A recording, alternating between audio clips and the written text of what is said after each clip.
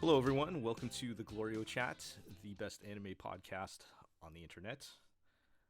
You know, I was debating if I should do like a Valentine's Day joke or maybe a Super Bowl joke or something here, but, you know, these don't come out till Wednesday, so no one's going to care.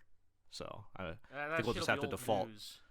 Yeah, I think we'll just have to default I can't to believe, I don't know. Here, you can do some editing magic, Jill. I'll set you up. Man, I can't believe won the game. Crazy shit. Insert team here. Yeah, I obviously no one outside of America cares about the Super Bowl, but I don't know if anybody inside America cares about the Super Bowl anymore either. But many people anyway, in America do not care for the Super Bowl. We'll just default to the anime is bad, and we're hardly watching anything this season still. But nevertheless, we have plenty of things to talk about on this anime-related podcast. So yes. To introduce everybody, I am Jel. I am joined by Iro. I'm still here. I'm not dead yet. Still with us. I might say alive. Are you living alive? Yeah, well, you could say that. And we're joined by G. And thus, mankind refused to change. Wait, that's the wrong game. That is the wrong game. Yeah, we'll get into that in a moment. And we are joined by Artemis. Hey, good to be here. Yes, good to have you back. And to talk about all these shows we're watching. Yeah, all of them. A real smorgasbord. Do you want to know how many shows I'm watching of this current season? How many? Newly airing? How many newly airing shows are you watching, Artemis? Take a guess. Go on. Let's go with 2. No. 0. Good. I've given up everything. Oh no. Well, good news, Artemis. That means you could You could. I know a great show from last season. Backlog or something. Yeah. There is always that. Yeah. Oh my goodness. Hard times for sure, but we do have things we want to talk about. And actually, before we got into the directly anime-related news, I did want to take a moment to acknowledge the rather shocking Nintendo Direct we had this past week. Wow. Which featured games. We do occasionally talk about our anime adjacent video games here, and sure. We had to acknowledge some of the crazy things that got announced, and so Iro, I want to give you a few minutes to pop off about somehow getting a Live Alive somehow remake. They decided to remake Live Alive, the noted cult classic Super Famicom JRPG Live Alive, with the engine of its successor, Octopath Traveler. So really, it just makes sense to take this old game that's about disparate protagonists in disparate eras joining forces to fight evil, and then use the engine of the newer game about multiple disparate protagonists joining together to fight evil. Wow. I didn't think this would happen. It's just funny. We're talking about last episode. We had the announcement of the Lucifer and the Biscuit Hammer anime, which was a cursed anime we never thought was going to happen. And now a cursed game that we never thought would happen. And now a cursed game that we never thought was going to happen got announced for this week. So, Ira, all of which are. Why don't you tell me what is it like to be cosmically seen? Whoa, it's weird. I'm not used to it. Like. It's just bizarre. Both things that you very much, very much loves, right? So yes, I thought I had bad taste. What's happening? At this rate, at the way this is going, if we keep this momentum forward, I'm going to say by next podcast, the Tsukihime remake will be localized. You can't do this to me. We're still gonna get the Masakai no Yoru movie before the game gets translated. It's been 10 years. But yeah, Live Alive, getting that remake, didn't think that would ever happen. Not a week ago, I was talking to people and saying, they're not doing anything with Live Alive. Who gives a shit if I put that logo on a t-shirt? Oh, right. You're going to make a t-shirt, right? That's, yeah. Yes. And As if the universe still heard can. your... I still can. No one's gonna yeah. stop me. yeah. As if the universe heard your...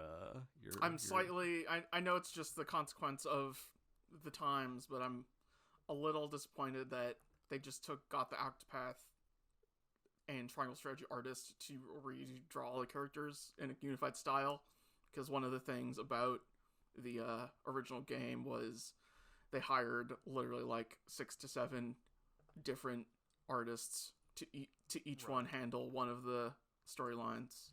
Oh, so they were So- completely I think, like- different. So on one hand, everyone looks completely different, but Right. on the other hand, everyone looks completely different. Oh, No, it's cool. I think it's like definitely one of those like things of like.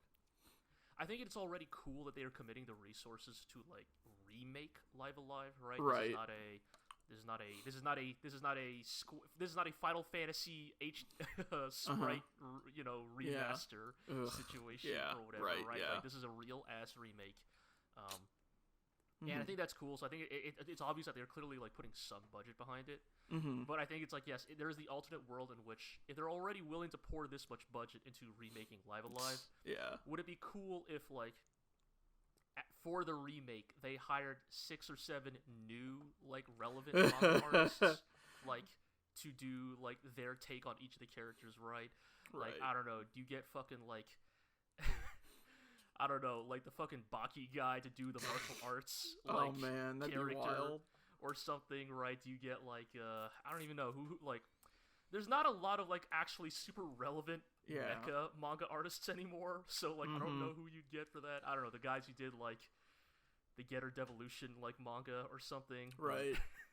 But yeah, like one of the artists who worked on the original is like the manga who does Detective Conan, right? Like, Right, yeah.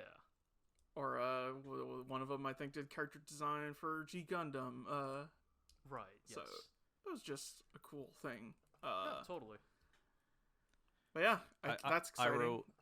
Iro, would you have preferred they just ported the old game, or do you like the No, I the think new, this is cool. I the think new as I version? think it's actually quite a natural progression from Octopath Traveler right? to this, because this is like The only OG reason I say Octopath that Traveler.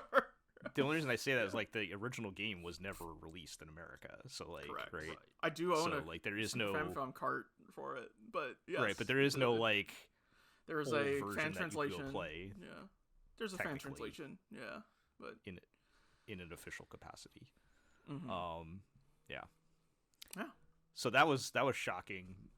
G, you also got a bit of shocking news on this direct, but I a can little keep less mine short, enthusiastic. But, we Vanzers are back. in That was said on a 2022. Nintendo Direct in 2022. Yes. Vanzer, the portmanteau for Walking Panzer, from the hit mecha franchise Front Mission. So they're doing the re-release of or Front Mission 1 and 2, which Yeah. also never came out in Which America, is right? Like Also pretty crazy in its own way, because yes, like Front Mission 2, again, maybe a little bit like Live Alive, Front Mission 1 was a maligned 90s Super Famicom RPG made by Square, and its sequel was never released in America, and So, correct me if I'm wrong. Even Front Mission 1 did not release in America until the DS version, correct? no, I believe I think one did get did it? the Super Nintendo version never came out, at least not during that era. Okay, Yeah. no, then yes, it was literally not until the DS remake, yes. So, like, Yeah. or DS port, I should say. So, yeah, like, I guess it's always been, like, a sort of long-suffering franchise that is part of the Square stable. But it's a really fascinating one because, like, it is all the people you associate with Square, but now they're working on a sci-fi mech thing. Like, Yoshitaka Amano did art for Front Mission. Right. That's Look wild. at Yeah, it's super Yes. weird. It's to like look at that and really- be like, huh? Like, it's really wild to see Yoshitaka Amano's style now approach to a dude wearing, like, a combat vest with, like, Right, like packs. abstract high fantasy artist makes real like hard military mech artwork. And, like, even like the mechs he made for it are, like, super weird, and, you know, like, you can actually sort of see a lot of the, like, Final Fantasy VI, like, Magitech armor in the, like, Amano's Right. original drafts for the Front Mission mechs before they approached sort of for the real ones, famed mecha designer Ko Yokoyama. Okay. Who actually did the designs for Front Mission, but like it's just like it's a cool franchise. Like it's a lot of like in a lot of ways it's a little bit similar to like a Chrono Trigger situation of like Front Mission was very much the like the technical like it was a showcase of Square's technical mastery of sprite based like RPG like graphics and design. Just a really neat game. Like surprisingly like.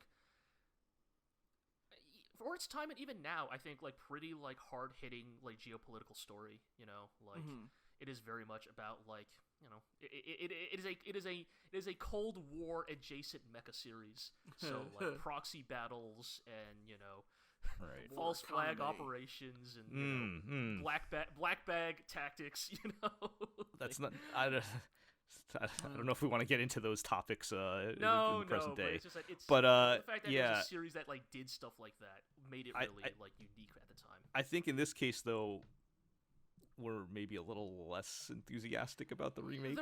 So for this one, they have gone with a like true blue 3D like quote unquote modern looking graphic remake, right, with 3D models. And quite frankly, you know, just I mean, I've watched that trailer like 6 times now because I'm still excited, but yeah, it looks pretty rough. I'm not gonna lie.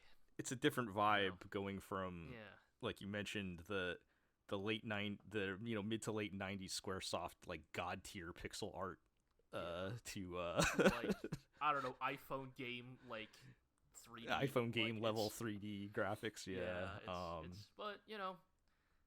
The fact that we'll still be able to play Front Mission 2 legally and fully translated in the West means that, like, even if that's not the best version of it, it is the only version. So you know, look, it's never been a fan translation of it. As a mecha fan, we are used to taking what we can get. I might not be the mecha guy, but I do have fond memories of playing the fan translated ROM of Front Mission 1. And it's a cool game. Maybe slightly less fond memories of playing Front Mission 3, but that's a whole nother story we can save for another time. We'll save that for when they announce the remake of 3. Yeah. All right. Well, as I said, just weird that those things, oddly specific things that nobody else cares about but us, popped up on that.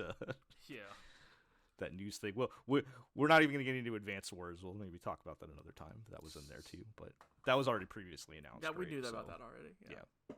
Anyway, let's move along to actual anime talk and some other news that happened this past week. The Crunchyroll Anime Awards, the winners were finally announced, even though I don't know what they are, but I'm ready to be I think this is actually slightly earlier than they normally do them, so they're still completely irrelevant at this point because no one cares about what happened in 2021 now, but they did put them out. And you know, I think our main complaint about the Crunchyroll Anime Awards has always been that it is a popularity contest because they have, so the way it works is there is a panel of judges that makes the nominees, but then after that it's a fan vote. And so then anytime you make an open fan vote, it becomes a popularity contest. Yes. And so while that hasn't been great, you know, there have been outliers in the past years where things like, you know, Devilman Crybaby or Made in Abyss, which are still popular, but not like they're a little more off the beaten path, still get their credit. And this year that didn't happen. Like, it is interesting. So, like, I haven't looked up... I did look up a little bit, but then I stopped because I figured it would be more fun to be surprised. But it is interesting because I think a lot of us did come to the conclusion that last year was a pretty good year for anime, right? Like, there was a lot of, like, really neat, or, you know, fairly unique, interesting stuff. And so I think that is what makes, like, this award so disappointing, is that a lot of good anime did air last year. It's just nobody voted for them. Yeah. I feel like it was kind of inevitable with, like, I haven't seen all of the awards or anything. I'm assuming it was very Attack on Titan heavy. Yes. Yes. So, Yes. Ah. I will Like- link it if anybody doesn't have it. like but the colossal titan that smashed through, what was it, Wall Maria or whatever, back in season 1 when I still watched Attack on Titan. yeah. So So- too did the show scatter the much more qualified competition.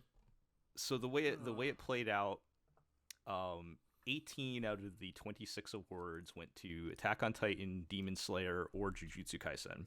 Christ. Oh boy. Big yikes. Including Variety is really top of the. uh, Top of So the how Most many of those notably were of- like genuinely deserved? well, most I notably, guess we Attack can on go down Titan the got list Anime here. of the Year. Yep. This that included, which I'll admit some of these nominees are very suspect, but it did include GLORIO's 2021 Anime of the Year, Odd Taxi, and they included Ranking of Kings in this discussion, which we did not in our debate. But if we did, that also would have been a contender for Anime of the Year. So, Mhm. again, some of these nominees are kind of egregious because they also nominated 86 and Sunny Boy, but Oh. 86 Nevertheless- Nevertheless, isn't even done. I can't like. Here's the thing. I like weirdly turned around on 86 Yeah. by the second season, and I still would not put that like anywhere Yeah. near like a top. What is this 6 list? Ugh. Yeah, the other one being, I mean, I would have even taken Jujutsu Kaisen season 2 over Attack on Titan, but Right. nevertheless, that won Anime of the Year. The only like exceptions, like I think Odd Taxi got Best Director, which sure, give them I guess a token thing.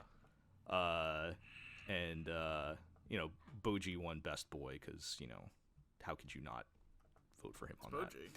I'm just like, it's like, But y'all, I'm looking at this list. You know what came out last year? Like, B-Stars, Dyna Nomad, Xenon. Megalobox 2, Vivi, The Heika Story. Yeah, Yeah, Dyna no, Xenon. Like, Ugh. like Megalobox and like Vivi and like some of our other favorite shows do show up in like some of the categories, but It's yeah. It's under the artsy stuff. It's like best score. Yeah. That Vivi's there. Wonder Egg Priority. like is they're there. trying to just like the Oscars or the Grammys, you got to throw them a bone somewhere, and they still didn't win. They just got nominated. Right. But yeah, it's just I don't know. I don't know what you do about that.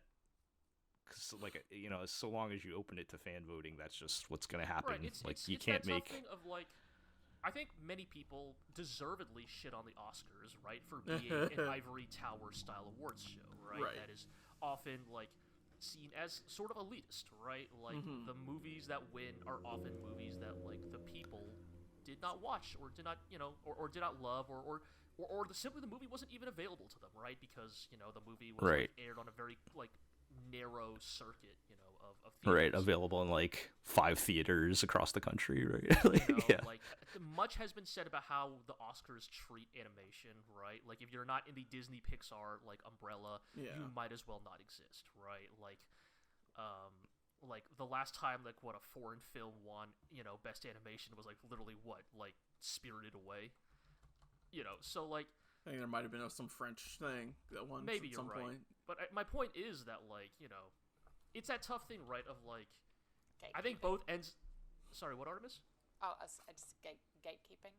Yeah. It's that tough thing of like, on one end of the spectrum, right? Like the gatekeeping of the Oscars, I think deserves to be criticized, but also when you leave it to a pure like mass vote, then it's Yeah. just it's what's the biggest, it's what's most popular, right? It's what.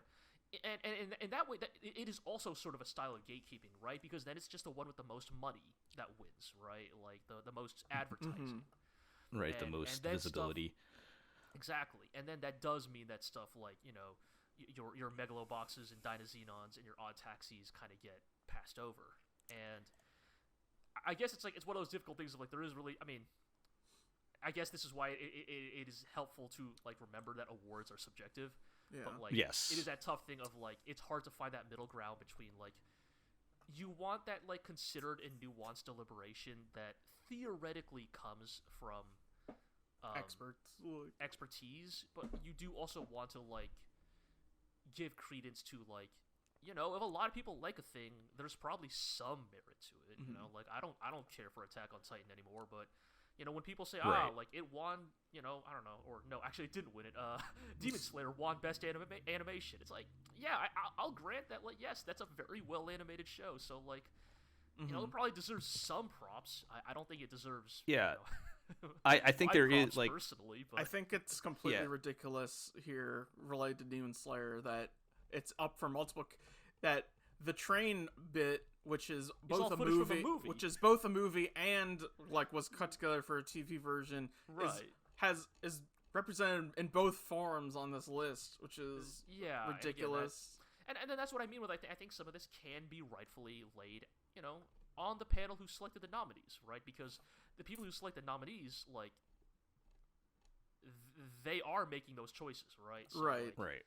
you know, They they're the think ones it's who are okay to have choosing- multiple things from the same Yeah. show nominated for the same category. which is like absurd, right? And then you know you can also get into like the weirdness of like how some shows literally get nominated twice in the same category, and it's like, Yeah, I like just think that's not, you know, look. What award did we have like for, no, or what award did I make up a few years ago? It was like, I think it was like Grand Bound presents best moment, because like Grand Bound would win all three, like take up all three nominee slots otherwise, and it's like, yes, sometimes you do have a show that's like so singularly good that like maybe it does deserve to be like called out multiple times, but I feel like if you do that, you really have to like commit to like, yeah. oh, you're doing this, huh? Okay. Yeah. That's like yeah, this might actually be controversial. The best fight, they nominated 2 fights from Jujutsu Kaisen. You had the It's like one the with fights in that The fights in that show are pretty good. are good, but also like But yeah. also, you have to the pick right one. didn't yeah. even win. Yeah, I was going to say though they didn't What? even pick the right one. Yeah. No, Like the look, one they I picked was like- good. It's But a good fight, yes. that other fight is much better. Yeah. Oh man. At least Nobara appears to have won Best Girl here somehow, which sure, you know, get you a girl who calls you trash while hammering nails into her forearm.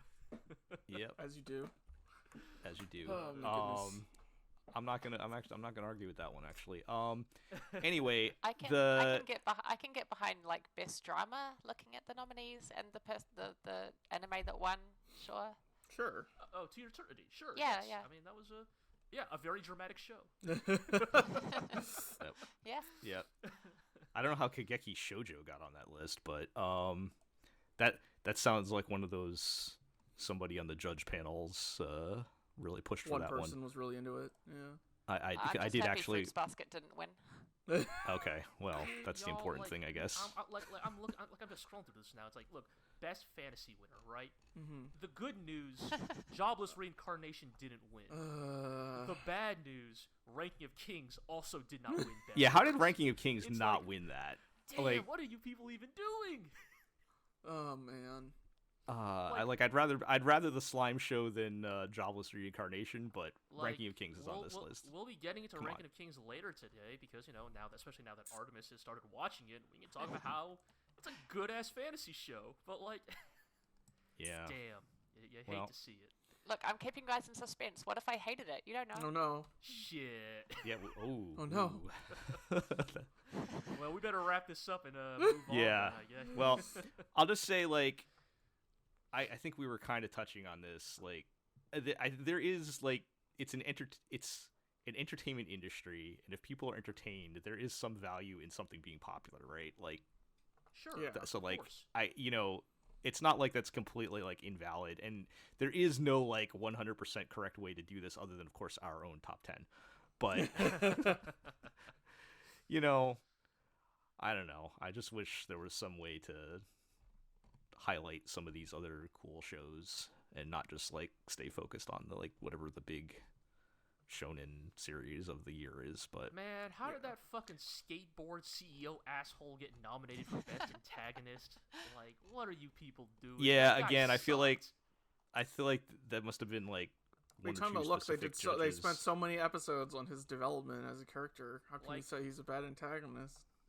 But Man. Horimiya won Best Romance, so it's not all bad. What by Yano default? was- Like, I don't know. Yeah, Yano, sure, by Yano default, was a yeah. rapping porcupine. He rapped about how much fraud he was going to commit. He rapped about how he was going to kill this man, but made him call his mom first. Oh my god. How does Yeah, that I man don't know. not win? I don't know how Yano did not get that one, but you know. This is just Also, actually this- looking over this list is making me depressed at how bad the finale of Wonder Egg Priority was. So Oof. Oops. Yeah. Big yikes. Yeah, because that got on here a couple times too, but well, there's always next year, right? Yeah. Sure. it's only February, you guys. It's off Come on. to- we're off to such a great start. Yeah. Christ. You're right. You're right, Artemis. You should be more. There's biscuit cameras this year, right? Right, everybody. Sure. It'll save. Oh yeah, totally. Yeah, I'm sure It'll everything save will be us. fine. It definitely won't continue into 2023. It should continue to 2023. I did my math. Well, continuing this weird tangent of video games and anime coming together. Yeah, goodness. let's bring it Gel, all together. Why don't you tell us about the most hotly anticipated, most Yeah. long-awaited anime Oh my god. adaptation? So they randomly Shenmue. released. I mean, I guess this was announced at some point, right? But I forgot. Yeah, it was. They randomly released the first episode of Shenmue the animation, which I believe this is like a Fena Pirate Princess situation, right? Where Yep. they're like it's Adult Crunchyroll Swim, and yeah. Adult Swim collaborating to make this happen for some reason. Uh-huh. And if anybody doesn't know what Shenmue is, it is a cult. Would you also call this a cult classic? Yes. Anything on Yes. Dreamcast. Yes. Anything on Dreamcast is a cult classic, right? A cult classic video game about this kid in 1980s Japan who sees his father get killed in their family dojo and swears to investigate and find who killed his father. And you know, the Shenmue has a special place in my heart. Sure. Sure. As a game- video game. As a video game that came out. I played it probably a few months after my first and only trip going to Japan. And at the time, game did not age well, but at the time, it was no, I can see how like, that would be effective. Yeah, like totally. it was a very big technical achievement at that time as far as like production values. I think it was one of like the most expensive games ever made up to that point. I mean, like, And I felt like it did, with the technology it had available, create like the atmosphere of walking around a suburban Japanese town, and most of the game is kind of walking around, talking to people, investigating, and playing mini games and whatnot. so So that's it's kind of the like thing that I'm- for modern reference, it's sort of like the spiritual ancestor to the Yakuza games, right? Like it's Yakuza. What if Yakuza was bad? And that's Shenmue. I mean, Shenmue had to stumble so Yakuza could walk, right? Like, Yes. Fair enough. Yes. But at the time, it was like we can look back in hindsight, and it does not look great because it's been done better, much better since then. Yeah. but Shenmue stumbled time, it so was a that big Yakuza accomplishment. could Could drive run- in the sewer on a motorcycle. Exactly. Yeah, and it it did a good job of capturing that atmosphere, and it had like sort of that goofy Sega arcade charm to it, and it. Even to this day, I think it's a bit divisive on whether it's a good game or not, but it does I have a think special place in my heart. In all like fairness, right? Like I think the reason why Shenmue like occupies that place in so many people's hearts is because, like a lot of things that people, that small minorities of people like, there's nothing quite like it, right? Like I mean, we compare it to Yakuza, but even then, it's not really. Yeah, no, quite it's not like it. Yeah, It's- like it's- foundationally, like you could see the lineage to how it would get to Yakuza, but it's not like a Yakuza. it is like, very much there's its not, own thing, Like, yeah, you don't pass the time in Yakuza, Like you don't like. Yeah. There's not a schedule, like right.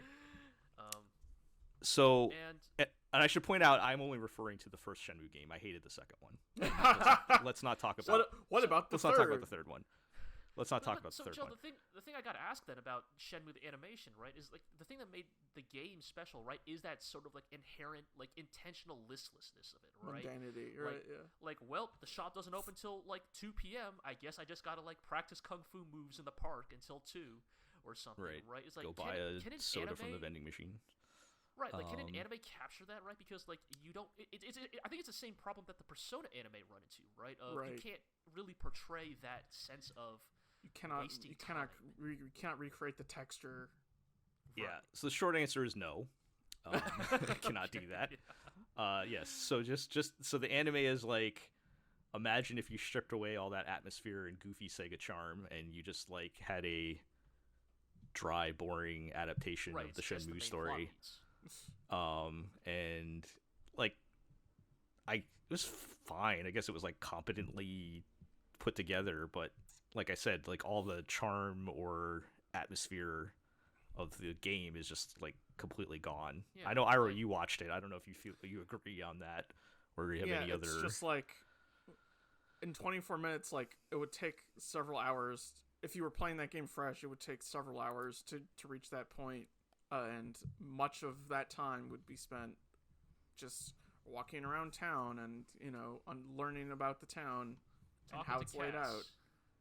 cats. Taking care of Exactly. the stray Right. cats, And it's like, I yes. feel like that's the enduring thing that people like about Shenmue, and so to just be, here's the story, it seems like a misguided.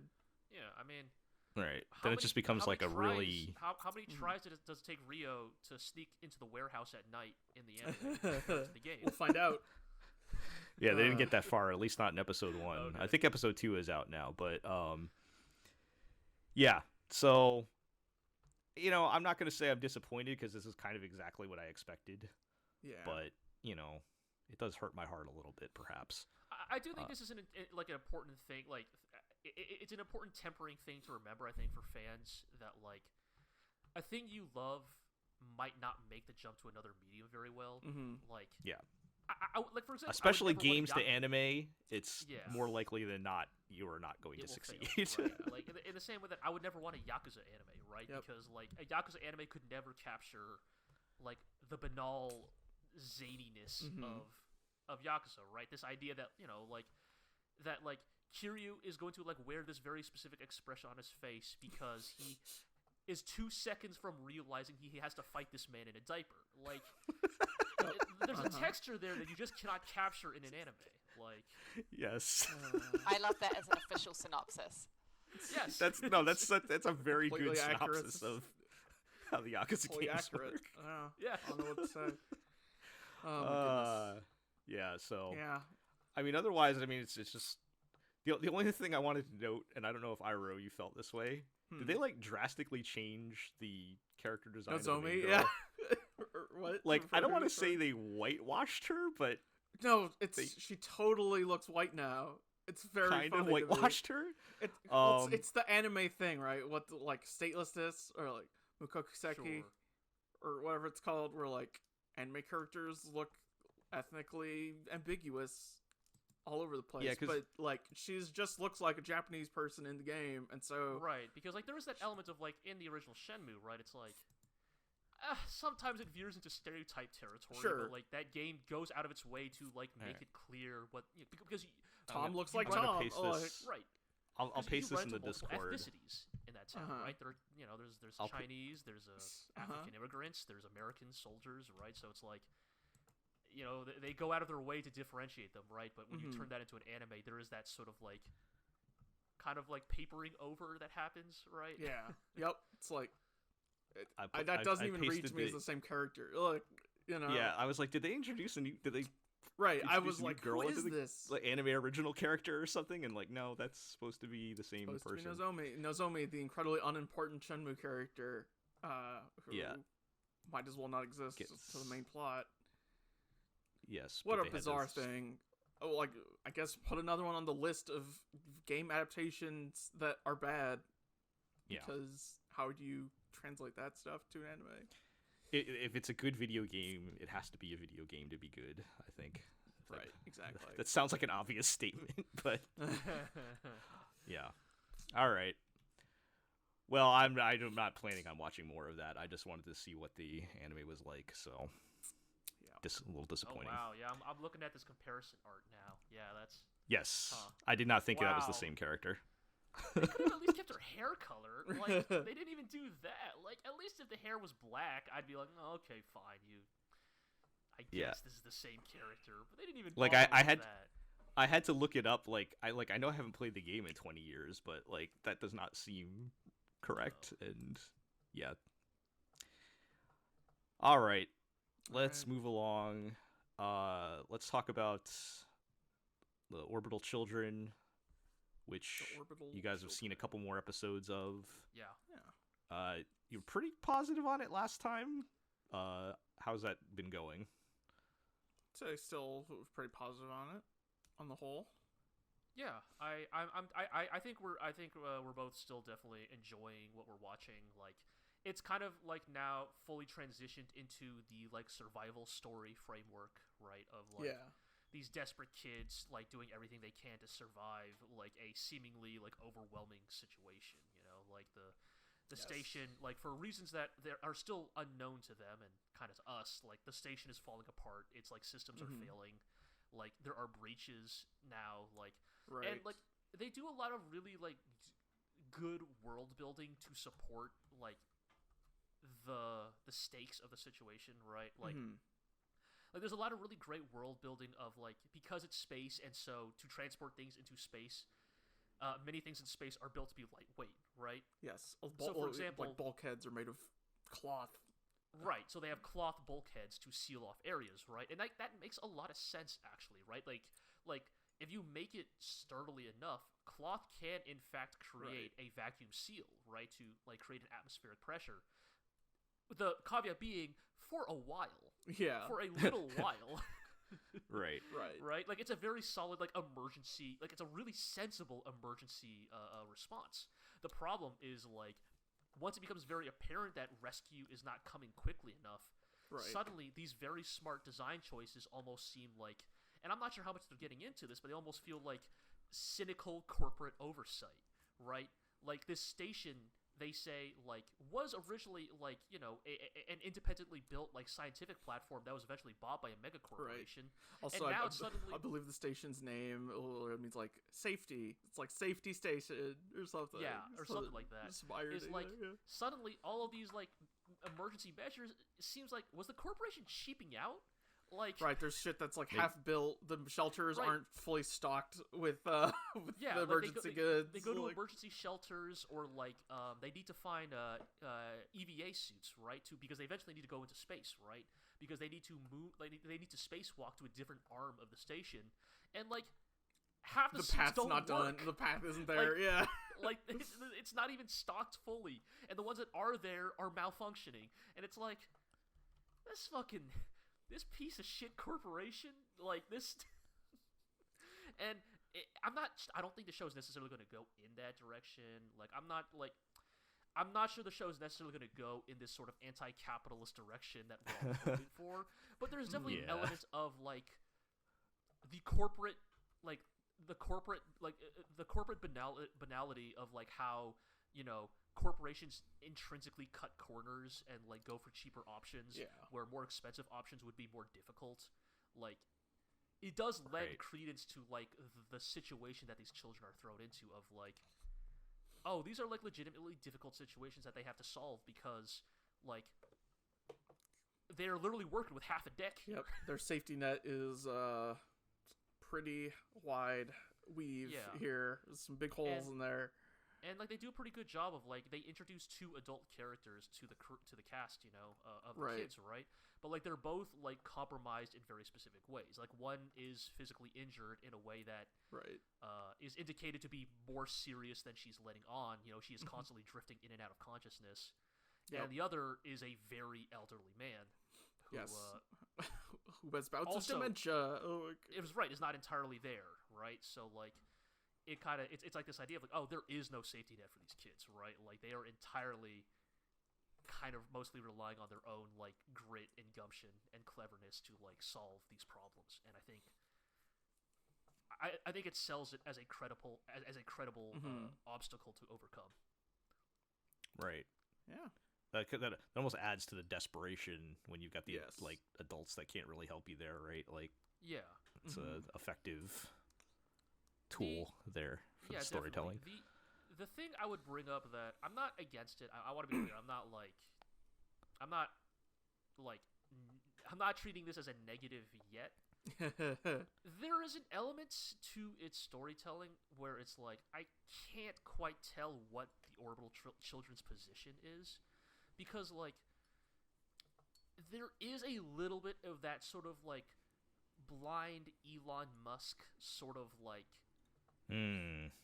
glorification of science without like the more like nuanced like tempering of it that I think it should be like responsibly included when people talk about like where science can like It's like science without ethics or something. Right, yeah. right. There's definitely there's a little bit of that like subtext in Orbital Children of like science is the greatest. Science can solve all our problems if we just science use it properly, right? Or like, right. And it's like, you know, like there is literally like, you know, like we've mentioned Deagle, the like fake corporation that literally fake uses Google, the Google font. There is now a fake Tesla in the show, right? Right.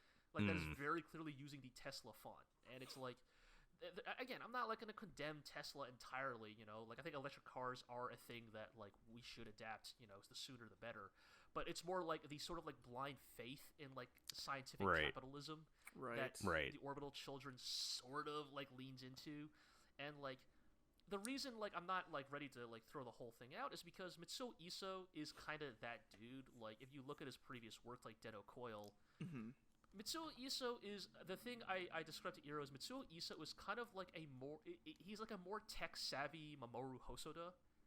Like he is like very idealistic, maybe bordering on naive about where technology can take us sometimes. Right. And I think the thing that like tempers him is, of course, many of his works about technology are still somewhat dystopic in nature. It is often about how technology can fail us or how technology can harm us.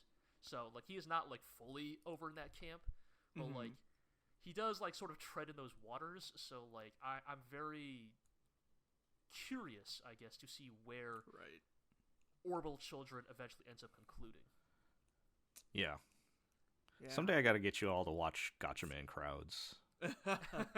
Probably. I want to talk about social media, right? Like, well, yeah, and mankind not thinking about whether they're prepared for certain technologies, but yeah. There's also like a lot of bits and pieces of the Orbital Children about like an AI god. So like, you know, there's certain characters are saying we had to kill the AI because it was getting too smart, and other characters are saying if we had just let the AI ascend to AI godhood, it would have solved all of our problems, dummy. Right, like there's very much like this weird cultural schism in the world of like the people who are like Skynet almost happened, and the people who say no, Skynet would fix everything. Right, there are people who are essentially saying like you aborted an infant god, like you killed you killed something that was on the cusp of like ascending to saving an us entirely like next level of existence, and in your like narrow-minded like fear of it, you killed it, and that's interesting. That's a fun bit of world building. I like it. I really do. So, as hokey as it sort of is, it's another element of the story that I'm like legitimately interested in. Right. So you guys are like halfway through it now? We're about halfway, yes. Yeah. Okay. So, all right. We will perhaps touch base on that next time if you guys are done with it. Get final thoughts on that. But let's move along. Time for my weekly few minutes to talk about life with an ordinary guy who reincarnated into a total fantasy knockout, aka Fabiniku. Does this continue to be surprisingly good? Yes. If you like the types of dirtbag comedies where everyone's a terrible person that I do, it's still pretty good. There were no heartfelt serious moments musing on the meaning of gender this time, so it was mostly just comedy. But they introduced Bargain Bin Kirito from Sword Art Online. Oh boy. Okay. Which was pretty funny. He So he was supposed to be like the typical protagonist from an isekai anime, so he actually also got isekai'd here, and he thinks he's the hero Right. and he's so powerful and everything, but he kind of sucks and everyone hates him. Okay. At one point, he's trying to demonstrate his power in town, and he gets promptly arrested. And he's like, no, wait, no, really, I'm the hero. Really, guys, I'm the hero. And he's like, yeah, sure, you're the third one this week. Just, tell it to the judge or whatever. And so he gets tangled up with the main couple, and it's pretty funny. So that continues to be good and generally not problematic. There was one kind of iffy moment where, so like the main guy that got turned into a girl, his like fantasy world power is that obviously he's so beautiful that he charms everyone, right? So fake Kirito gets charmed, and then eventually they tell him the secret, because they don't really publicly tell people, but he kind of partied up with them for a bit, so they tell him what's really going on, and he's like, it's devastating, end of the world. Oh no! Like, oh no! Yeah. Yes, this beautiful person that I was attracted to is actually a man. This is the worst possible outcome. Like, that was a little dicey, but given the show's track record on those things, otherwise, I still continue to feel like their heart is in the right place with it. But that was a little borderline for me. But yeah, I mean, other than that, comedies are comedies. You kind of have to watch them to understand that they're Right. funny. But You can't really explain the jokes here, but I hopefully that kind of gives the tone of the show, that they're Sure. They're dunking on other isekai shows without, in a way that is not also just recreating other isekai shows. I'm looking at you, Konosuba. But yeah, it's fun times. Okay. Let's talk about Sabikui Bisco. Yeah. They're trying, right? They're trying. We made it. Yeah. We finally made it. We made it out of the flashback zone. We Yes. are finally now watching a linear Normal show, story yeah. with a forward-moving narrative. And I'm happy for you. I gave up. it's Okay, I am enjoying it. Like I think it's okay. What I think episode are you guys on now? five. 4, Five. Yeah. Okay. 5. I want to say 5. now that where they're- they went to the child village. Yeah, and I Yes. think the latest episode is possibly the strongest episode they've had so far. I might agree. Yeah. Just the getting them out on the road and into like Yes. the adventure, what's going to happen in this town of the week type of format is what we wanted. It just took I think us, it was sorely needed. Yeah. it just took us a little long to get there. Right. Like it's sort of thing of like, in an ideal world, this should have been like episode 3 or 4. Yeah. Yeah. But like I think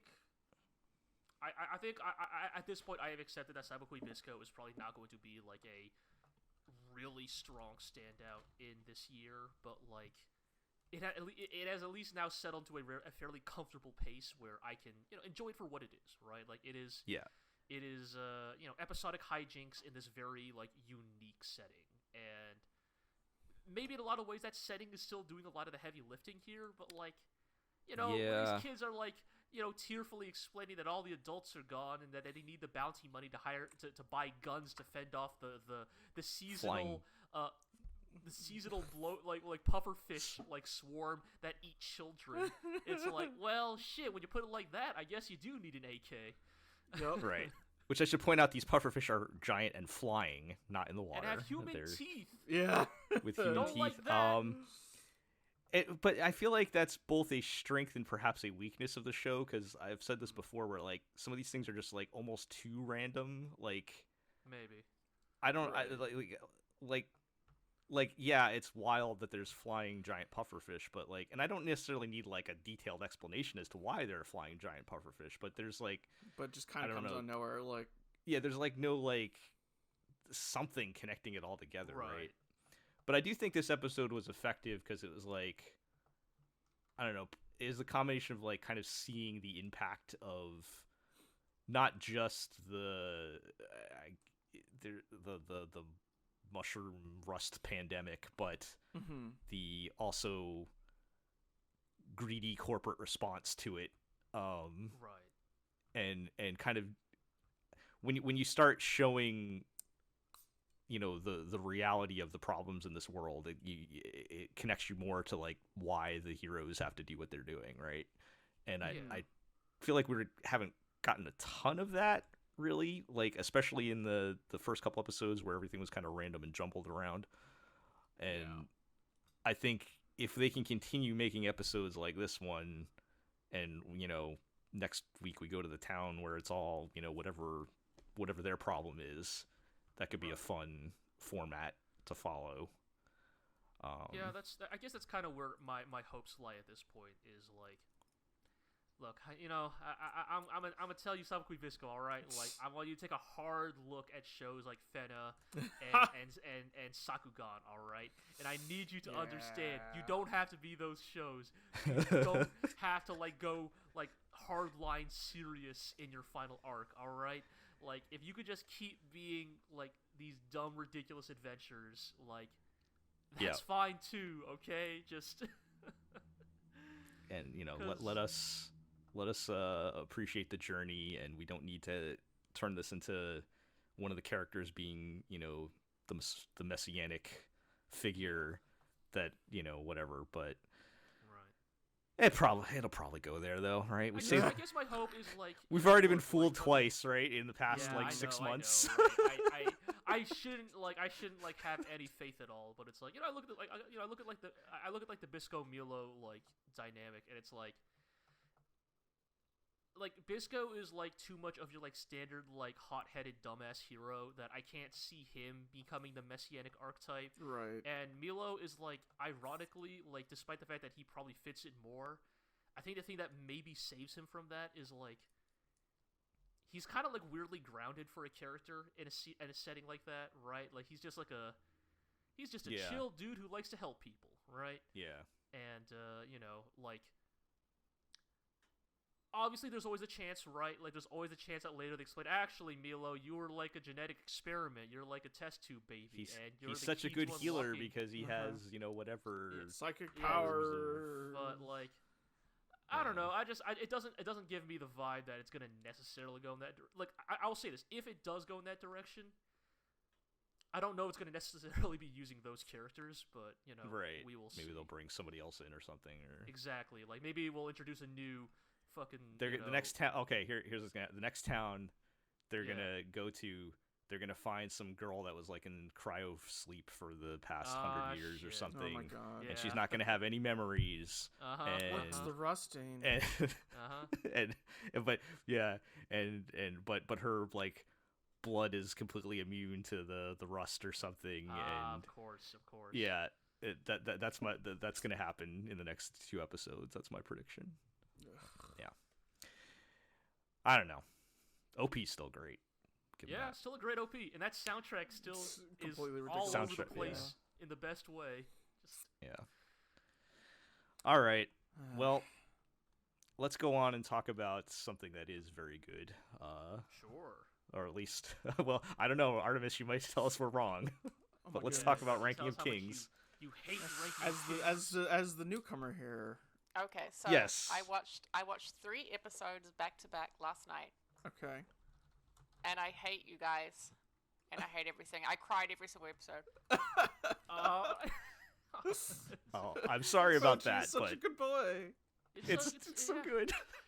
It's really good. I like as of right now, I'd give it a solid 9. And you're only 3 episodes in. It's and gonna I'm only get 3 wild. episodes in. So again, it's gonna fuck get y'all. wild. Well, I'm glad you're finally watching it because, like, it's like that show, like. All right, episode 3. Okay, is when this giant snake first shows up. All right. Yeah. Is episode 3 also? That was when the giant snake Yeah. shows up. That was my first indicator. Like, okay, this is gonna get real crazy. Right. It's where Queen Healing first reveals that actually she cares about. Right. Yeah. There was like one scene, and it was so quick, like it wasn't overdone, but there was just the one like the flashback, and then he like kisses her on the cheek or something, and it's just like a 2-second. Like little clip, and I was like, no. punch in the stomach. Yep. No, it's Well, wait till you get to the second OP, but oh man, yeah, that's second. yeah. Brutal. Anyway, Oh my goodness. Yeah. no, I'm glad you liked it. I would say in some ways it only gets better. Like, Yeah, I think like. Well, it's interesting because I think like comparing the first season to the second season, right? Like the second season, like I think is definitely still has a lot of that emotional resonance, but like it is being leveraged sort of differently, right? Like yeah. because I think a big element of it is that Boji has a great like character development from season 1 to season 2, right? So like it sort of changes the dynamic, if that makes sense, Yeah. right? But Yeah. Yeah, season 2 is kind of like cashing in the build up of season 1. Yeah, Like things that's a start good going down in season 2. But I will say I dared to open my mouth last episode and say anything remotely not positive about where we were going with Ranking of Kings, and they because my criticism last time, if we could call it criticism, was that I felt like we were kind of stretching out the spinning their wheels a bit. the Which I think combat a was- little bit. I still don't think that's unfair. Yeah. I mean, for God's sake, they finally wake up Appius in the latest episode. Yes, The man it's on has the been ground for like fucking 4 episodes. Face planted in the dirt for like 4 or 5 Yeah. episodes. So we had like 4 episodes that were like in real time, probably like a half an hour or something. Like Yeah. it was a little compressed, but that'll be a blip on the radar, I think. But in looking back on Ranking Kings as a whole, because these last 2 episodes were Extremely good. pretty heavy, pretty good. I don't want to spoil too much now that Artemis is watching it, but Yeah, but the was episode 16 and 17, I think, right? I believe so. The first one we learned was about possibly the darkest episode, maybe the Yeah, darkest we- episode we've ever had. Well, like not to spoil, but let's just say we find out why Boji has a stepmom. There's that. Yeah. We also find There's out that. like how The- Dessa became king. How King Desha became king. Yes. Yeah. Some people, Christ. some people like Yang Wen Li would say Uh-huh. that it is really bad, both political and morally, to kill a 7-year-old. Mm-hmm. King Desha might disagree. What if it was Yeah. politically expedient to kill a 7-year-old?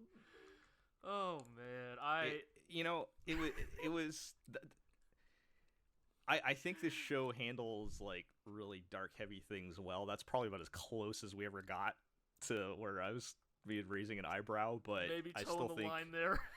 yeah, they're towing the line a little bit on that episode, but on that particular flashback. But I still think they handled it really well, and I really liked. My favorite part of that episode was at the end when Boji finally. Well, first of all, Yeah. just Boji, King Dessa making his magic cell phone call and just piecing out of there. But Yes. but Boji confronting Domas for the first time after what happened, right? And like, Yeah. I love that Boji is like not always the like naive, overly optimistic power of Right. friendship. Like he has other emotions. Yeah, Mhm. like he's And- legitimately frustrated with. and like Like- it seemed like even Kage was like, oh well, I guess we can forgive them, right? And Boji's like not ready to do No. that. Yeah. This man threw me Show off a cliff. and left me allows you to die. have the show allows the characters to have like more complex negative emotions. Yeah. And, like, I Yes. mean, here's the thing, right? Like, let's be real. Boji will forgive him in the end. Yeah, because he'll that's the probably type get of there show this eventually, is, but but- at least initially, like I feel Yeah. like, Not handing it to him immediately is a smart choice. and I feel like those are like, that's something we kind of see obviously in all of the characters where they have multiple. They're allowed to have different kinds of emotions and do both good things and bad things, and like, Mhm. but you kind of always like. You're kind of always expecting Boji to be the like always optimistic, like always like positive. And no, he has. I mean, we've seen it in other cases, but this is another example of he has different emotions. So I thought Yeah. that was really good. Yeah, I definitely, Um, I think again, like the thing that like Ranking of Kings continues to do a really good job of is like you know, in these very snappy moments, like in these very snappy movements, give like a tremendous amount of pathos to the characters, both large and small. Mhm. Like, Yeah. you know, like just again, it's like, you know, other than like maybe some of the most obvious like villainous characters, you know, that have been portrayed so far, right? Like even Desha, right? It's like for the sort of extremely grave crime Desha commits, like it is sort of implied that like it is almost a like to defeat monsters I became a monster situation. The greater good. Right, of like his father literally named King Satan is like implied Yeah. to have somehow been an even worse king than him, right? Yeah. Like this man, like his dad is literally sitting on a mountain of corpses as his throne, like Yeah. you know, and it's like the things that drive and people to do the things they do. Yeah. Yeah, and it's not like this is just like cartoon villain. Like he feels the weight of the consequences of his actions, right? Right. Like even And, though like- they were the wrong thing Right. to do, it's like The and, the like, ability of there's- this show to like have these characters who've done morally reprehensible things, but still like make them genuinely sympathetic is right. Right, really without incredible, like yeah. necessarily just and without necessarily just like, you know, wiping over those or something. Right. right, exactly. Like We're not it's really it's made getting, very like, it's made very, True very clear redemption why, arcs here, right? right? Like why Despa does not like his brother, right? Mhm. But then also they do a good job making it kind of clear why Despa stays with his brother, Mhm. right? Like they are like Despa and Desha, despite the tragedy and like their very strained relationship, like are also united by by the tragedy of what happens to Oken, right? Mhm. Like in spite of everything that maybe Desha does to take the throne from his like, you know, even more villainous father, like this man is clearly distraught over the fate of his brother, right? Like of what happens to Oken, and Yeah. and in how in that way, like in that way, how a familial tragedy can unite even Right. like estranged family members, and it's really effective, So right? good. Like Yeah. Yep. And it makes You know? it makes even Oken, who literally doesn't even talk, like an interesting a Right. tragic villain, figure, right? Like a Because, tragic like, I figure, was- and not I just was like so, like I was so ready to like, because like Desha's whole thing is he wants to come here to exact revenge on Moranjo, right? Like Yeah. the implication is that he is also someone who has been wronged by her, but Right. like the growing list. we find out that like Oken's like tragic situation is, I mean, not his fault, but it is entirely like Genetics. yeah, it's just it's Moranjo didn't really have a part to play in that, right? It's just the tragedy of his like birth, right? Yeah. Like the, you know, and it's the framing of it is almost like finding out your family member has like a terminal disease, Right. Like some sort of like genetic condition, right? Right. There's the tragedy of like, oh fuck, like we can't do anything about this, right? He Mhm. is just, this is his fate. And he's aware of it, right? Like Oken tearfully saying he doesn't want to lose himself, Yeah. and we know what he becomes by the Yes. time of the Yeah, the battle. fact that we know the Monster, outcome yeah. when that moment happens is like, ooh. Deeply Yeah. tragic. Yeah. Yeah, and that kind of leads up to the latest episode where, you know, we all know the moment they said when Despa says Boji cannot fight Oken. It's gonna Yes. Boji's gonna fight Oken, Oh, right? yeah. So like Yeah. that yeah, so that we kind of get that happening. It's pretty intense. I felt like this was specifically was another episode that felt like it went by in like 5 minutes. Yeah. It's pretty tense. The fight itself is pretty cool. We do learn Yeah. I mean, they're Yeah. they're the- doing the they're doing a interesting thing trick of like between. Yeah, go ahead. yeah, of like Boji has so far been able to mostly effortlessly dispatch of his opposition thanks to his mastery of the Despa arts.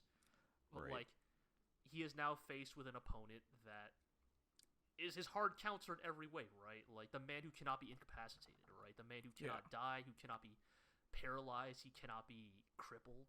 Like Yeah, and I do like Boji was ready to kill him.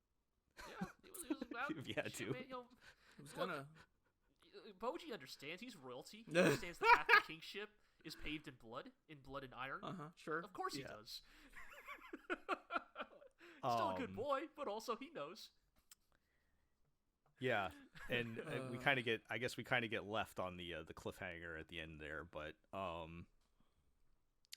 I think probably less to say about that episode because it's more like actiony, but still very intense because again, I feel like the build up to this moment has been, we've had ample build up to make this feel like a weighty encounter. Do we want to make any speculation about what the deal is with Miranjo? Oh man, like this show just boy. will reveal something that will flip everything we say on its head, right? Like, All right, so my guess, based on the one bit we get in her flashback, and I don't know how we do this without being super spoilery, but all right, I'll try to keep this as I'll vague as I'll possible. just kind of la la la la in my head for a little bit. I'll keep this as vague as I can. I think what we will probably find out, because we specifically see a scene with Miranjo and presumably her mother, right. yes. And we also, of course, Something yeah, go ahead. deeply tragic happens to Miranjo, and that maybe breaks or traumatizes her emotionally, and I'm willing to bet that she finds her will to live again in her companionship with King Boss. Right. I Yeah. feel like that is what is being implied here, is that she met King Boss in a dark time in her life, and he helped her overcome that. Yeah. And that's not necessarily romantic, right? It's not implied to be a romantic. It could, it could just be a very deep friendship. Yeah. It's kind of, but They're the meant idea to is that love. Yeah. the two are like life companions of a sort, right? And that we are eventually going to get the reveals that the reason why Miranjo acts the way she does is going to be the sort of tragic, fruitless endeavor of you just can't go back, right? You can't go back to who you used to be, right? Like, right. And like, especially, you're stuck in a mirror, and bosses now in not boss. I mean, we'll keep it vague, but just that, like, the things we're attempting to do to preserve the relationship you once had right. are profane, Yes. right? Yes. Like, We're causing so many problems.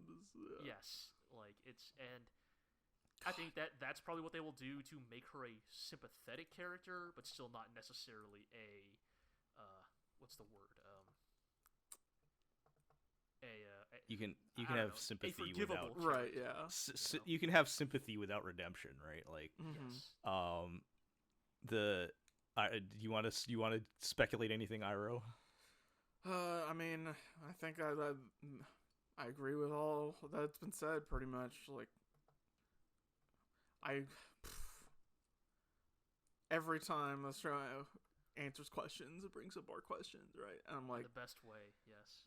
and like, we still need to find out what's with Miranjo and the demon. Yeah. Because that's a whole other relationship that appears to be very important. Yeah. It's in the OP, the second one. Daida Yeah. and Miranjo also, that has to go somewhere. Like, is Daida Yeah. gonna be the one who finds that out? I don't know. Yeah. I don't know. It's like, my thing is like, is the mirror Miranjo actually Miranjo, or like, is she even in control of herself fully? I don't know. Is anybody? I don't. Again, I say this every time. I have no idea what's gonna happen, and I love it. Yeah. So, they could go anywhere with that, but yeah, I mean, just continuing to kill it. I apologize again, Artemis, but there's going to be probably some more emotional gut punches along It's the way. okay. I mean, the spoilers are slightly softened by the fact that, like, a lot of these names I don't even know, so I'll probably forget about them in a few Right. days. Yeah. Yes. Yeah, but yeah, I'm glad you're watching though, because this is going to be It's a really this isn't going to be a contender when we get to the end of the year Yeah. here. So Oh, for sure, yeah. yeah. All right. Yeah.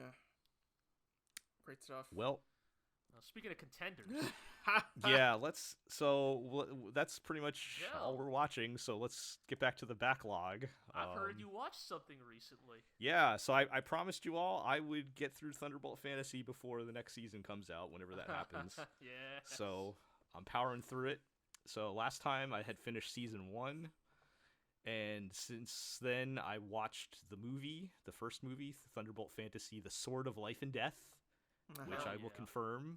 At no point did they ever say anything about a sword of life and death, No, not even which once. which is fantastic. The movie was awesome. I loved it. Yeah. I feel like they consolidated everything that you loved about Thunderbolt Fantasy and it like took it to another level in the movie. Yeah, SPK did literally nothing wrong. Yes, Screaming Phoenix Killer literally did nothing wrong. Rin Setsua is the most accursed villain in the land. Yes. I'm actually like I'm actually shocked at how little SPK did wrong. He did absolutely nothing wrong. I mean, he still killed a lot of people. Well, you know, was that really his fault? I don't know. But he's in the Anafugo tier of Sure, man. yes. I've literally done nothing wrong. Right. If anybody like, doesn't know it's not, Anafugo, you know, yes, just someone who has been go watch Grand supremely Belm and thank fucked us later over. on that one. Yes. But, yes. yeah, no, I really liked. I really love that movie because it feels like it's like they knew, right? Like they knew that like SPK was the standout character from season 1, right? Even though the dude goes out like a champ, they were like, we got to bring him back one more time, right? Like he was very popular. flashback time, you know.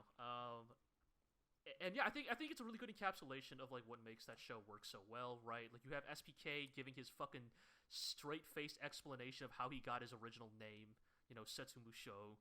You know how like he killed 3 people by the time he was born. He's so funny. Like fucking ridiculous shit, right? Like you get the cameos from some of the other season 1 characters, right? Like you know, Sharp-Eyed Impaler, and then the second half reminds you that Thunderbolt Fantasy is really funny. And it's Right. Oh my good God. at being funny. I do think that first half is also very funny. Like in Yes, in a its different own way, yes. in a knowing, like, wink, wink, we're being melodramatic on purpose way. Yes. Yeah, it's very campy. And then the second half when we get the like lengthy retelling of season 1 from the eyes of this imposter guy. The comical recap, which Yes. is Yeah. always a hoot. Right. It- so it- it's Brian definitely and one of Brian those things where I was players like, style. yeah. Like I was like, oh man, are we really doing a recap in this movie? And it's like, no, don't worry, we're gonna. Yeah, with no. it. It's not like anime recap movie where they'd like recycle the footage and put in like a couple new scenes. Like they actually Right. redo the entire thing, right? Yeah, because just it's with like this different puppet. So it's With not this different the puppet. Hideaki Anno of yeah. recaps or anything. No, And it's so like the comedy of it is just like so spot Yeah. on. It's like the funniest thing I've seen in a long time.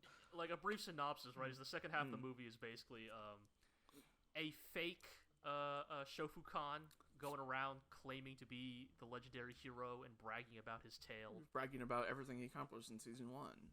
Exactly, but it's like, you know, heavily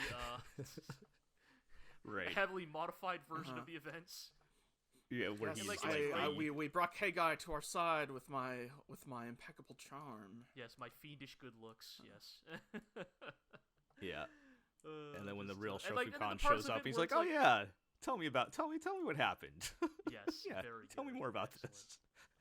And But, it makes it almost more badass when he does actually fight the guys that are coming for him at the end with that Right. ridiculous fight scene where like, God. well, yeah. we're all useless minions, but we now like our blood is now acid and we explode in we gas when rig we die our bodies to explode. because So we we're know just we gonna can't run beat at you. Yeah.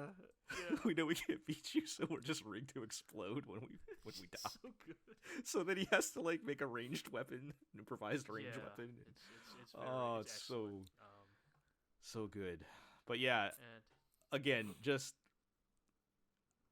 they know exactly what you're here for, yeah, and then they just crank that all up to 11.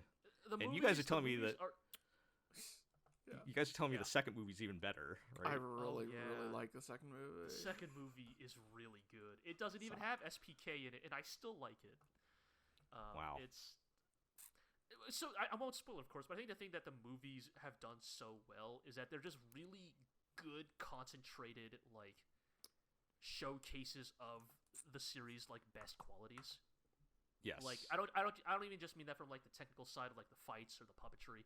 Though the puppetry in the movies are clearly a huge upgrade Right. over Yeah. the TV show. It's kind of crazy how much like I already thought the puppets in the show were pretty good, but like damn, the things some of those puppets do in the movies are This is the same of an anime ridiculous. movie getting the animation bump. Kinda, yeah. But So also we only just, have to like, make the 90 character- minutes. Yeah, but like the character arcs and, Right, and, you and the can storytelling do like a beats. somewhat longer, deeper dive in the movie format. Yeah, totally. Man. But yeah, Yeah. no, the first movie's a lot of fun. Shout outs to Rin Setsua in the Jester Cat. Just very silly. Yeah. I always get a kick out of that shot of just fucking wearing this stupid ass hat. It's good. It's good times. Good times. Just refresh. Did you guys watch season 2 yet or not? Oh yeah, we've You did? seen Oh, season Artemis, 3. we Okay, finished season alright, just 3. just checking. Season 2 is really good. Yeah, no, we Oh, jumped we jumped in hard on this. But yes, we did finish Yeah. season 2. So I'm Speaking just of- about. I'll be starting season 2 next, basically. Yes, So that's where I'm at. But Starring, Oh man, you've got a lot to Team look forward to. Revolution, yeah. Yes, you do. Yes. It's a lot of fun. I am very much looking forward to that. So, Man. Yeah. all right. Great stuff. Other things on the backlog. You guys are watching the Big O Yes, continue on Yeah. our mecha journey. your journey Yes. here. So Pilgrimage, how one might far say. along? About 5, How 6 far along episodes? have you We're gotten? on we're on episode 5. Yes, so we're making our way through it. Yeah. So obviously now the show is sort of settling into its like monster of the Yes, week format. for the Big O. Yes.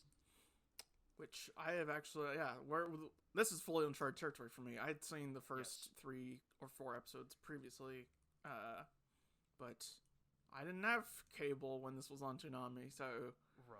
I've just heard the talk of Big O, Mm-hmm. and yeah, I'm enjoying it a lot. It's it's has a truly unique vibe to it. it's been a lot of fun kind of going back to it now. Just you really do appreciate a lot of what it does because again, there just really isn't anything like it. Right? Yeah, like you say exactly. the words like noir detective mecha show, and it's like, okay, How does that where even are you work? going with this? Right. And they justify it, right? It's very much like the first half of every episode is almost always, Roger Smith, Paradigm City's finest negotiator, being given a case to solve, right? Like some sort of unsolvable mystery of some sort, right? Mm-hmm. Why that requires a negotiator as opposed to, I don't know, a private eye or a detective, I'm not quite sure. I think it's just an excuse to give Roger a different title than detective, like just. Yes. But, so he's tasked with solving a mystery, right? And the mystery is usually tied to the mysterious past of Paradigm City and the collective amnesia that their society as a whole suffered. Paradigm 40 City, years which ago. might just be New York City. Yes. And, and getting into, the nature of what the city and their society has become. And then usually the mystery is revealed that, instead of how in Scooby-Doo they pull off the mask and it's some dude trying to commit insurance fraud or something. Right. What if the insurance fraud was being committed by a giant robot? And that's the Big O. Yep. Yeah. You naturally need another giant robot. And then we punch to it put a real stop to hard Yeah, exactly. Yeah. until it stops. This giant robot's committing real estate fraud. It's giant robots, causing I problems. have to beat its ass. But in all seriousness, so episodes 4 and 5 that we watched, which are, let us see here, The Underground Terror and Bring Back My Ghost. I do like these 2 episodes a fair amount. Episode 4, you definitely kind of see sort of some of that post-Evangelion lineage in Big O. This is one of those shows that is partially informed by its aesthetic sensibilities. Mm-hmm. They do a really lovely thing where, because Big O, I think better than almost any other mecha series I've ever watched, is a masterclass in portraying the scale of the robots. Mm-hmm. They do a really clever thing in episode 4 of Roger Smith discovers this one of those miniature models of a city. Right, like World's That's Fair. Yeah, you got like a World Fair thing. But of course, it's still So it's big. It's still quite large, right? It's like a 1/100 scale city. So that's still really a few big, square but- The miles. buildings are still like Right.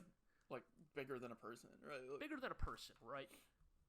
But what that means then is that when they inevitably do fight there, Right, you when know, the where robots Big O confronts crash the in, yeah. robot, they feel even bigger than they already are, right?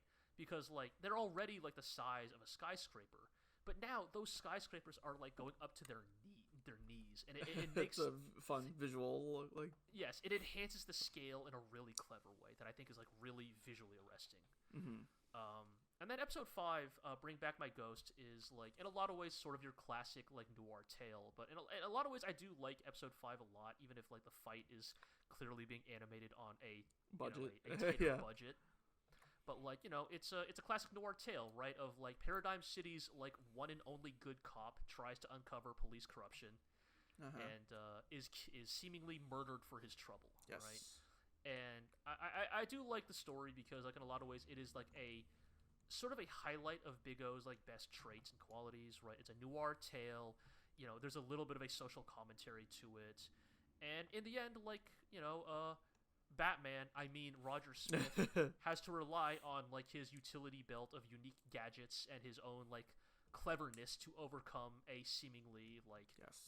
a problem he seemingly can't punch his way out of with a giant robot. And then someone's a there's a giant lot of robot anyway.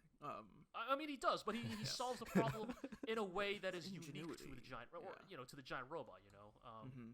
Well, I mean, kind of. He still shoots it with a laser beam, Yes. but it's a There's it's the rather- whole it's a there's rather- the whole cool visual. it's a rather clever Yeah. usage of It's a like laser. they're fighting at night and it's extremely Yes. dark, and so it's just like they're looking into the blackness, and then occasionally, like all you see is silhouettes, but occasionally a laser beam lights up the robot, right? Yes, And so on nice. one hand, it's a way to save money because you only have to draw one frame at a time, occasionally, but it is a very atmospheric way to save money. It's also it looks, It looks very cool, yeah. Yes, and I Yeah. think that again, just it's a really neat show. I'm really having a lot of fun going back to this one. Yeah. I feel like there It's aren't good. many problems that can't be solved with a giant robot. But Fair, I mean, it's, you just gotta be creative Sometimes. about it. It reminds me of how Pover- recreators had to keep coming up with dumb reasons why the giant robot wasn't around, because otherwise it could just Right, solve all the yes. problems. I don't even I remember remember you what complaining about that. I don't even remember what show that was. That's but fine. We can that's, move on. We can move on to our other robot anime we're Wow. watching. That's Go- maybe not as good, but certainly has its own qualities. Mhm. Go next sword. Yeah. So how's Gunsword going? How far you know, along are you now? I think same number The of episodes. we're the on the episode rival 5. character has just appeared. Yeah, What's so his they name? just- Ray. Ray and his yes. his mech. His fucking like Getter Robo ass mech. It's I love how like it says they go to the twin town where the town is symmetrical and it's entirely by twins and they're all feuding, and so of course Van is hired, and Carmen also hired Ray, who is just opposite Van in every possible way. He's got his Right, gun yes. sword. It's not even it's apparently not even a sword. It's just a gun with a sword length magazine. which is really funny because really Van funny. doesn't have a gun at all. Right. Despite the name of the show, He Van does doesn't not actually own have a gun sword. He doesn't have a Yeah. gun. I don't think He just I has don't think a Van would sword. even. I don't know if Van would even know how to shoot a gun. He might not be smart enough to figure it out. Like the Right. titular gun sword belongs to the rival character.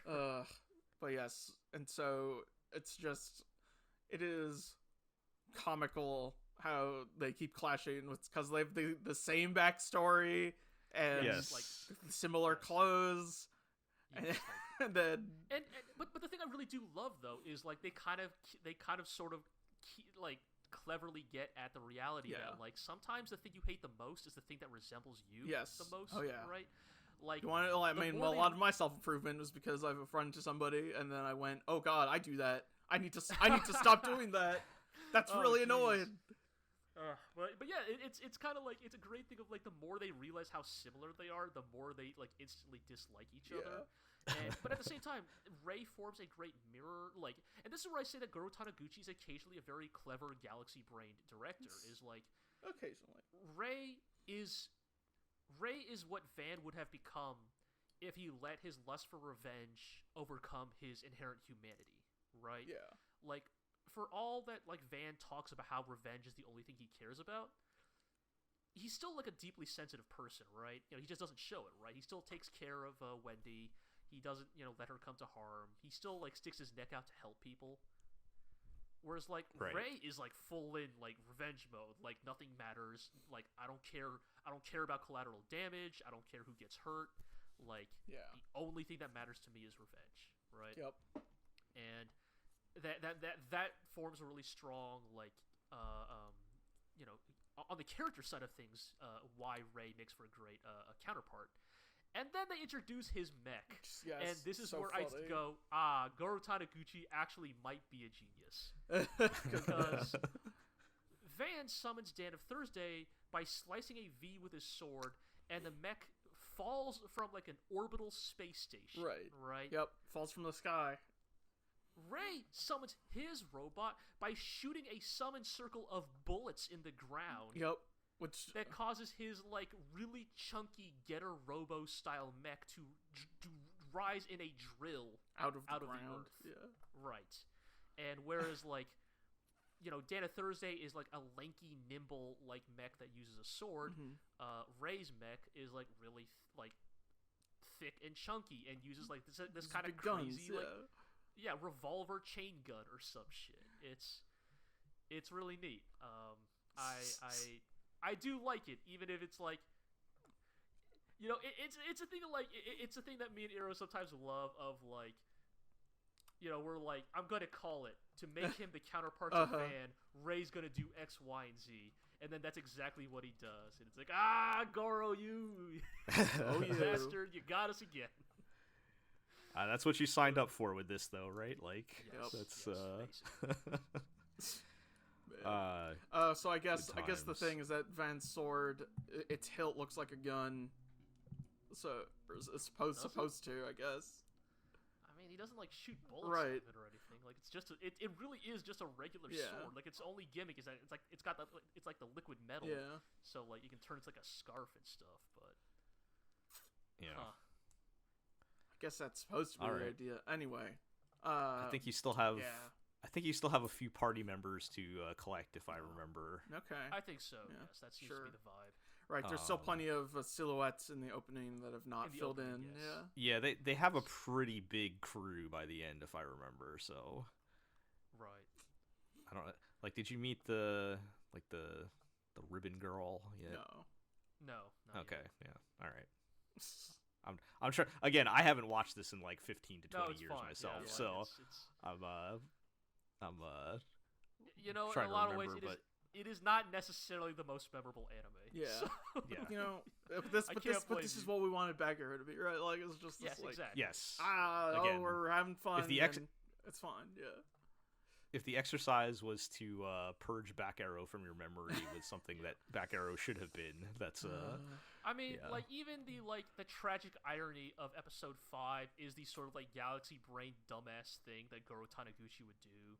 Of, like, these twins are feuding because each one wants all of their father's inheritance to themselves, but the only way to open the vault is to combine their key, like, their key pendants together. Right. So naturally, I do remember that. so Yeah. you know, they're willing to kill each other over it. So one of them wins because Ray just shoots the other, Right. and they take the pendant. And of course, what's the inheritance? A twin-seater robot that needs 2 people to pilot Yup. it. Gasp. It's very good. It's very good. Just like, perfect. Of course. All right. Yeah. Good Well, I'm times. glad you guys are enjoying that to the degree that you're enjoying it. It is what it is. Yes. All right. Well, I think that's it. We actually found enough to talk about for 90 minutes. Wow. Amazingly. Well, let's hope there's another, like, Nintendo Direct next week because we won't have Yeah. that to talk Anything about, we've forgotten? we keep what crazy cursed property that Iroh loves is going to get announced next Next week. what's still on the list. Yeah. Oh, I'm sure there's something out there. Yeah. I don't know. But we'll figure something out to talk Uh-huh. about next time, I'm sure. So, all right. let's wrap things up then with our housekeeping. You can check us out at theglorioblog.com. You can follow us on Twitter at theglorioblog. You can subscribe to the podcast on iTunes, Google Play, Spotify, Amazon Music, Podbean, Stitcher. And, of course, you can check us out on YouTube, where you can like, comment, subscribe, ring the bell, all that good stuff.